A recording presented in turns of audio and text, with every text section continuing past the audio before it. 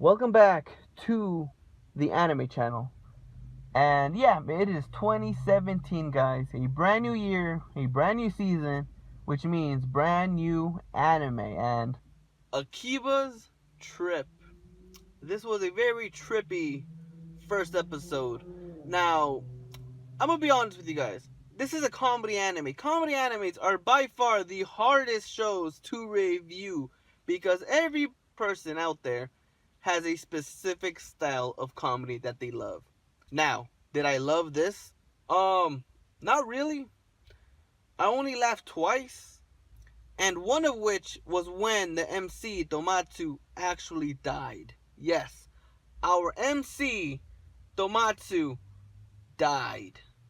He literally died. He was supposed to be dead.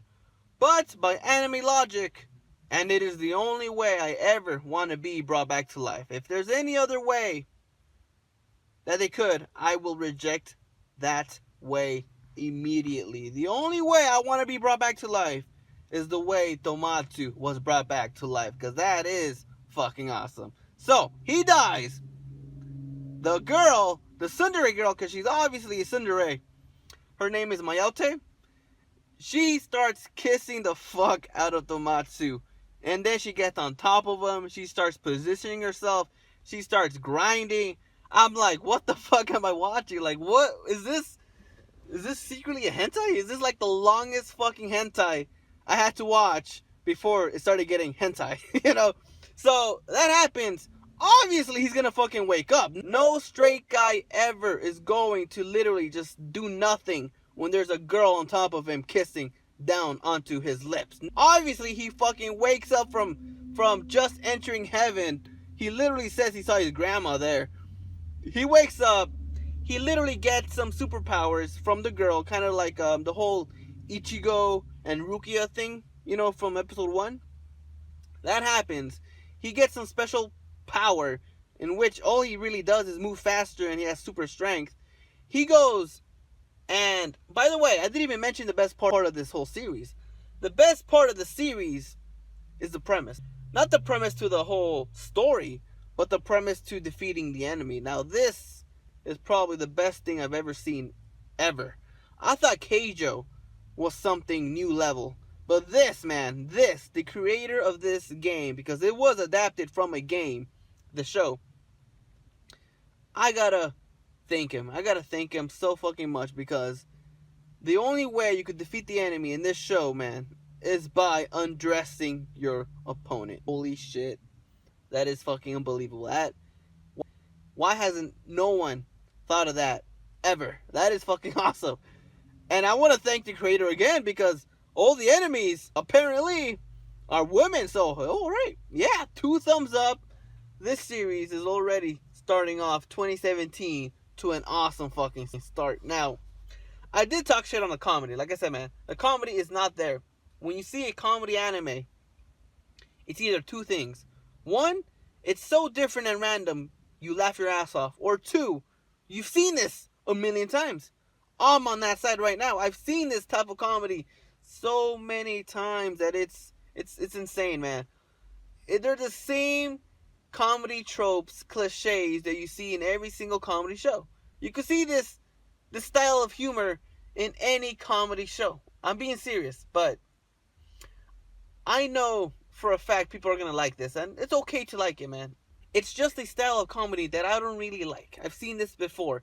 So if you're new to anime, if you just started watching comedy anime, I think you'll enjoy this show. I really do think you will. Now, comedy is not the only thing it has. I love the characters, actually. I really do like the characters, which is why I'm thinking I might continue watching this series. I'll give it to episode 3. Even though I like the characters, but if it's the same thing over and over, if it's a monster of the week thing, if it's literally just the guy, flirting with the girl, and then the girl acting like a tsundere, like they always do, I'm not gonna continue watching. But if it's something different, I'll continue. I'll watch it, and maybe I'll even review it. Who knows? But for right now, man, from the very first episode, I just get the feeling it's gonna be the same thing. They're gonna repeat the same quirks these characters have throughout the whole series, and it's gonna get so boring. That's what I feel like it's gonna happen. I could be wrong, but we'll see.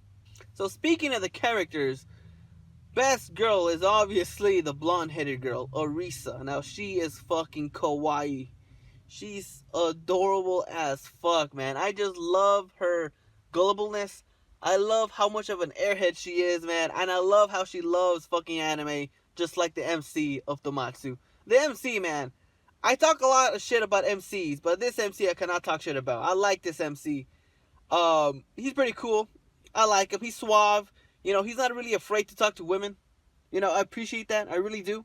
Because almost every MC is kind of afraid. They're dense, they're clumsy, but this guy, no, he knows what he wants, and what he wants, he goes after. Like you said, man, curiosity is what men are driven by, and I think there's a certain truth to that statement right there. He's onto something. He's really onto something right there.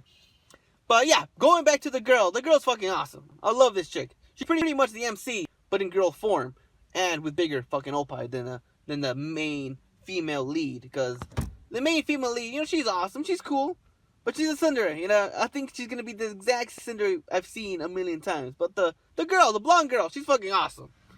You know, I'm glad she was introduced early, because normally with these shows, they take their time, you know. They start off with our main two characters, and over time, over 3 or 4 episodes, that's when the other girls get introduced.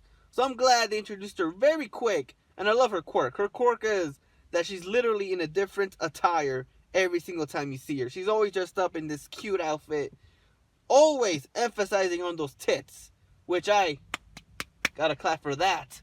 So, yeah. Is this show for me? Not really. I've seen this before, but if you want to get recommended a funny, quirky, in a funny setting, which, by the way, is this show like revolved around lollies or something? Like there's a security force that's there to protect the city. There's these like 3 big buff dudes behind this little tiny fucking girl, and she is supposed to be the apparent leader of this group. I'm like, what? Like, who's gonna find that intimidating? No one. Like, is lollies running this city right now? Like, all I see are lollies everywhere. If that's the case, I mean, if you're into lollies, then alright, this is a show for you. But yeah, not really for me. Characters that probably will have funny dialogue with each other. They're gonna piss each other off. They're gonna make up, and it's pretty much a monster of the week kind of show. All you're really watching the show for is the characters or the fan service, either or. You know, it's your choice. The plot wasn't really explained. All we know is that there's these bug things that are infecting people, turning them evil, and obviously the only way to defeat them is by undressing them. Other than that, that's what the episode's about. Like I said, if you want a funny, quirky show, this is the show for you, with quirky characters. And yeah, leave me your thoughts down below, guys. What did you guys think about the first episode of Akiba's Trip? Agree, disagree? Let me know down below, because I got to go. And again, guys, thank you so much, and I will see you in the next video. Sayonara.